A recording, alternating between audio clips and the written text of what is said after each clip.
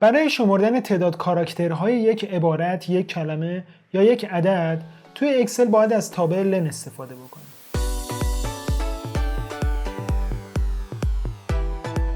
سلام به همگی، امیدوارم حالتون خوب باشه. من حسین شکری هستم. همینطوری که گفتم یه وقتایی پیش میاد که ما توی یک جمله، یک کلمه یا یک عبارتی که توی اکسل داریم میخوایم ببینیم که چند تا کاراکتر توش وجود داره، یا این که میخوایم ببینیم یک کلمه یا یک کاراکتر خاص توی اون جمله یا عبارت چند بار تکرار شده. الان به طور مثال این عبارت دیجیتال مارکتینگ که داریم میخوایم ببینیم طولش چقدره، یعنی چند تا کاراکتر توش وجود داره. باید از تابع لن استفاده کنیم. مینویسم لن پرانتز اون تکستی که میخوام بهش میدم اینتر 17 تا کاراکتر. اگر دستی هم بشمریم متوجه میشیم که دقیقاً 17 تا کاراکتر وجود داره. اسپیس بین دو تا کلمات هم شمرده میشه. الان اگر بین این دو تا کلمه دو تا اسپیس هم باشه این تابع لن تغییر میکنه به 18. یعنی تابع لن دقیقاً از اولین کاراکتر تا آخرین کاراکتر رو میشماره.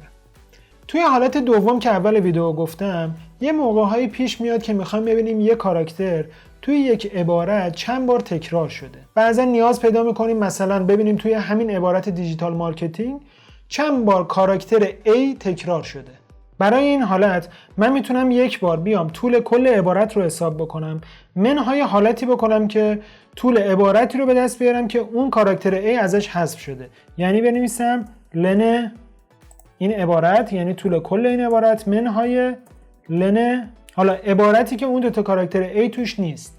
اگه من بخوام این دوتا کاراکتر A رو از توی این عبارت در بیارم باید از تابع استفاده کنم به اسم سابستیتیوت که میتونید لینک آموزشش رو بالا سمت راست صفحه ببینید. مینویسم سابستیتیوت اون تکستم چیزی که قراره تغییر بکنه کاراکتر A و جاش هیچی نمیخوام بذارم، یه دابل کوتیشن معمولی خالی میذارم، یعنی اینکه جای اون کاراکتر A هیچی نذار. پرانتز رو میبندم اینتر. به من گفت 2 مورد کاراکتر A توی این عبارت تکرار شده.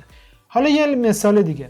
فکر کنید من یه لیستی از افراد دارم، این لیست رو براشون فرستادم و ازشون خواستم کد ملیاشون رو برای من بفرستن، ولی هر کسی ممکنه توی وارد کردن کد ملیش یه اشتباهی کرده باشه. من میخوام چک کنم ببینم کد ملیا همشون 10 رقمی هستن یا نه. برای اینکه بخوام طولش رو حساب بکنم ببینم 10 رقمی هستن، دقیقاً باید از تابع لن استفاده بکنم. مینویسم تابع لن اینتر. الان نفر اول کد ملیشو درست وارد کرده و 10 رقمیه. اینو من میخوام تعمیم بدم به سلولای دیگه.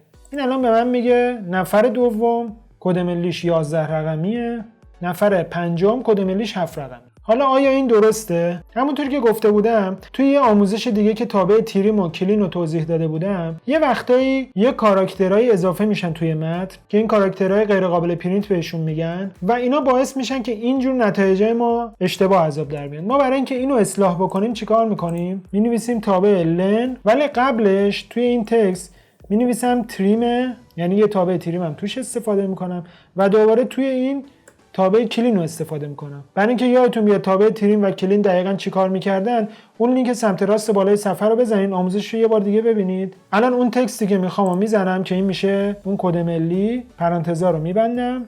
توی حالت اول دوباره همون عدد 10 رو برگردون چون مشکلی وجود نداشت توی اون کد ملی. تعمیمش میدم به موارد دیگه. الان تغییر رو میبینید. چرا تو حالت قبلی اینجا 11 بود اینجا 10؟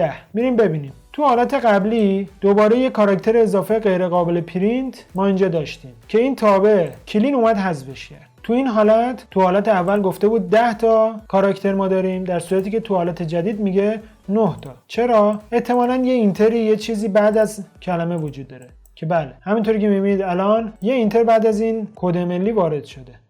خب با هم دیگه یه مثال هم دیدیم که توش هم از تابع لن استفاده شده بود، هم تابع تریم و کلین. و ممنون که لایک میکنید و کانال منو سابسکرایب میکنید. اگر سوالی داشتید حتما توی کامنت ها بپرسید، حتما جواب میدم. اگر هم سوالی نداشتید ازتون میخوام که موارد کاربرد دیگه اینجور توابع رو، این تابع لن یا همون تریم یا کلین رو توی کامنت ها برام بنویسید. موفق و پیروز باشید.